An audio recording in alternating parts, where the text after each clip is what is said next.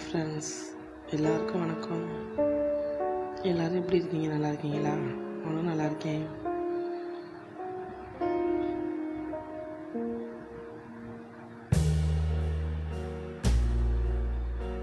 ஒரு பெண்ணு நினச்சா ஆக்கவும் முடியும், அழிக்கவும் முடியும்னு சொல்லுவாங்க.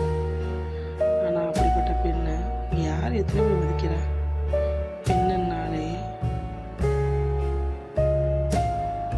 பெண்ணாகவே பிறக்கவே கூடாதுங்க. இருந்தால் எல்லா வலி வேதனையும் அந்த பெண்ணுக்கு தான்.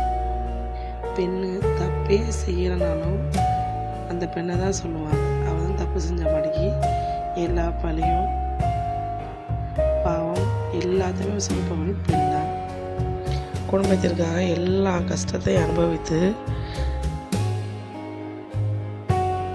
குடும்பத்திற்காக எல்லா கஷ்டத்தையுமே அனுபவிக்கிறது பெண்ணு தான். அந்த குடும்பம் நல்லா வாழணுன்றதுக்காக எல்லா கஷ்டத்தையும் இந்த மனசுக்குள்ளே போட்டு வாழ வைக்கிறதே பெண்ணு தான். பிறந்த வீடாக இருந்தாலும் புகுந்த வீடாக இருந்தாலும் அதை நல்லபடியாக ஆக்கக்கூடியவள் பெண் தான்.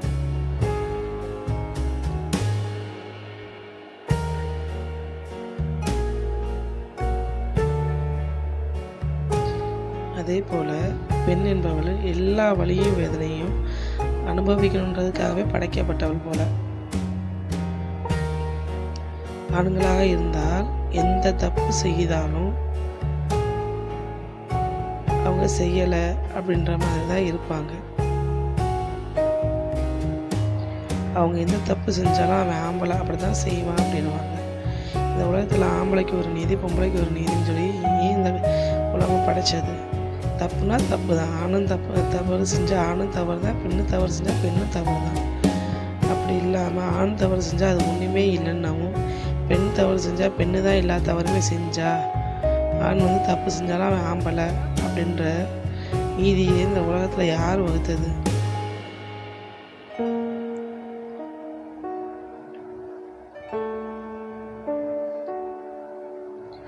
அப்படிப்பட்ட ஆம்பளைகளுக்கு எந்த ஒரு தண்டனையுமே இல்லையா? இந்த உலகம் அவங்கள தூற்றாதா? கடவுள் எதுக்கு ஆணையும் பெண்ணையும் படைச்சு ஆணுக்கு ஒரு நீதி பெண்ணுக்கு ஒரு நீதி என்ற மாதிரி ஏன் வகுத்தான்? ஆணும் பெண்ணும் சரிசமம்னு சொல்கிறோம்.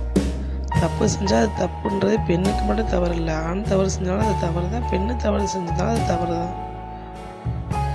ஆண் தவறு செஞ்சாலும் ஆணையும் தண்டிக்க வேணும், பெண் தவறு செஞ்சால் பெண்ணையும் தண்டிக்க வேணும். அதை விட்டுட்டு பெண் மட்டும்தான் தண்டனை அனுபவிக்கணும் அப்படின்றதுக்காகவே பிறந்தவளாகவும் அவளையே அதற்காகவே படைக்கப்பட்டது போலவும் இந்த உலகம் பெண்ணை அப்படியே சித்தரித்து வைத்து விட்டது. தன் தாய் தகப்பனுக்காகவும் பெற்றவங்களுக்காகவும் தன் கஷ்டத்தை அனுபவிச்சுக்கிறான். பிறகு திருமணம் முடிஞ்சதுக்கப்புறம் தம்ம புருஷை வீட்டில் எல்லா கஷ்டத்தையும் அனுபவிச்சுக்கிறான். தன் தாய் தகப்பன் தன்னை நினச்சி கவலைப்படுவாங்கன்ற இதுலையே தன்னோட கஷ்டம் எல்லாத்தையும் மனசுக்கு வச்சு பொங்கி அழுது அவள் கஷ்டத்தை அவளுக்குள்ள எல்லாருமே வச்சு மறைச்சிக்கிறான்.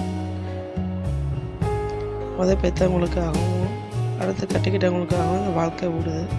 பிறகு அவளை ஒரு ஸ்டேஜில் தாங்க முடியலை, பிரிஞ்சு வந்துலாம் நினச்சாலும் கூட தனக்கு பிறந்த தன் பிள்ளைங்களுக்காக வாழணுமே, தான் இல்லைன்னா அந்த பிள்ளைங்களோட நிலைமை என்ன ஆகும் அப்படின்னு நினச்சி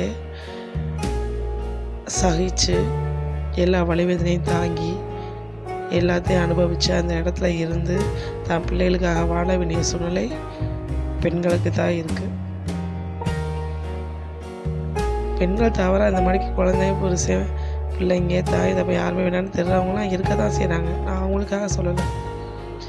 யாரோ சில பேர் அந்த மாதிரி இருப்பாங்க, எல்லாரும் அப்படி இருக்க மாட்டாங்க. என்னென்ன ஓடி உழைச்சாலும் என்ன நல்லது கெட்டது பார்த்தாலும் இவங்க என்ன பார்த்துட்டா, இவன் என்ன செஞ்சுட்டா அப்படி தான் இருக்காங்க. பெண்ணுக்கு இப்போ பெண்ணு தான் இங்கே அதிகமான எதிரியாக இருக்காங்க.